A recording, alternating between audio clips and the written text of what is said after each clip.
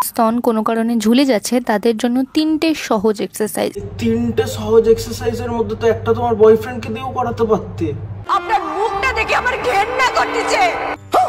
না আসলে যে আকারে বৃদ্ধি পাচ্ছে দুদিন পর নাসা থেকে লোক পাঠাবে কৃত্রিম উপগ্রহ সংগ্রহ করার জন্য। যে কোনো বড় জিনিস সেটা কিন্তু যতই তুমি ঢেকে রাখো সেটা ভিজিবল হবে। প্রথম দিদিভাই আমাদের যেসব জিনিস নিয়ে টিপস দিতে এখন সেগুলোই দিদির উপর বিপরীত প্রতিক্রিয়া ফেলছে। 3টে সহজ এক্সারসাইজ। आप कहाँ थे ज्ञानी बाबा? বাজারে গেলে বা দোকানে গেলে আমাদের স্কিল লাগে, ওই A+B হোল স্কয়ার। আরে ওসব স্কিল টিল বাদ দাও, পেছনে ওটা কাকে দেখলাম? अरे गुरुदेव व्हाट ए कोलैबोरेशन। अम्मा बहन पे आ जाऊंगा मैं, इनकी अम्मा बहन पे आ जाऊंगा। ভিডিওতে কোনো খুঁত খুঁজে না পেলেই এই ঝুলে গেল, এই হয়ে গেল। তোমার ভিডিওতে তো কোনো খুঁত নেই, শুধু মুত আছে। তোমরা তো বুঝেই গেছো আজকের ভিডিও কি নিয়ে হতে চলেছে। চলো দেরি না করে ফটাফট ভিডিওটা শুরু করা যাক। তো চলিए शुरू करते हैं। একটা কেয়ারিং বয়ফ্রেন্ড থাকলে না 12টা জায়গায় আর মুখ মারতে হয় না। কি 12টা জায়গায় তো মুখ মারতে হয় না, 2-3টে হলেই হয়ে যায়। আমার দুটো বয়ফ্রেন্ডের সঙ্গে পুলে গিয়ে দারুণ এনজয়মেন্ট। একটা জিনিস ভালো করে দেখেছি, ইনি যে কনফিডেন্সের সাথে কথাগুলো বলে সেগুলো কিন্তু একটা হয় না, তার উল্টোটাই হয়। সঠিক বলেছেন। জন্ম থেকে কিন্তু কারোর সাইজ বড় থাকে না। হ্যাঁ, জন্ম থেকে তো কারোর সাইজ বড় হয় না, কিন্তু কোন কারণের জন্য সাইজ বড় হয় সেটা ভালো করে বুঝে গেছি। সবাই বলে সৌনকের প্রোটিন খেয়ে নাকি আমি দিন দিন ফুলে যাচ্ছি। কি সৌনকের প্রোটিন? लज्जा लगे। একটু আগে বলছিল না বড় জিনিস নাকি ভিজিবল হবে। আমার আগের বয়ফ্রেন্ড আমাকে যেটা দিতে পারেনি, এটা ভিজিবল করানো হচ্ছে না নিজের থেকে হচ্ছে? আমার আগের বয়ফ্রেন্ড আমাকে যেটা দিতে পারেনি সৌনক সেটা আমাকে দিয়েছে। হ্যাঁ, সৌনক তোমাকে কি দিয়েছে সেটা আমাদের আর জানতে বাকি নেই। কি দিয়েছে ভালো করে জানি। এই নাও দেখো, এইটা দিয়েছে। তুমি যত বড় দুধওয়ালি হও না কেন, তোমার দুধে ভেজাল আছে।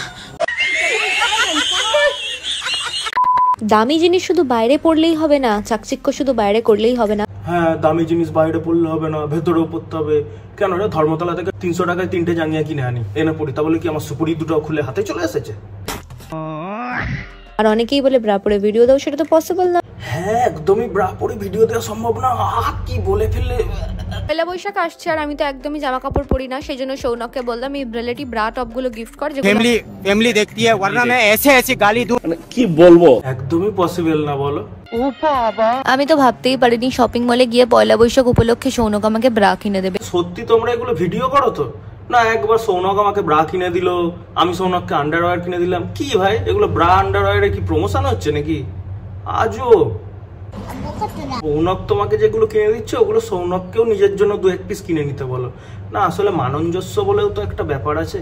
আমি ছাড়বো না এটা। আরে না, ছাড়তে হবে না, পড়ে থাকো, দারুণ মানিয়েছে। না ওরটা বড় কেন, ওর থেকে বড় বড় এত বড় বড় আছে।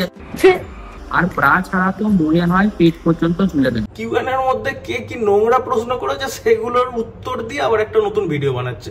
এর কি রে ভাই এগুলো? খারাপ হয়ে যায়গা मैं मां। আমেরিকায় ইউএসএ থেকে একটা শো হয় না, ওতে একজন আছে যে এরকম করে বুক নিয়ে এরকম করে তরমুজ ফাটে। প্রীতি মণ্ডল, তোরটা বড় কোথায়, শুধু ফুলিয়ে রাখি। এটা কি একটা কিউএন এর ভিডিও নাকি ভাই চটি গল্প পাঠ করছে ভাই?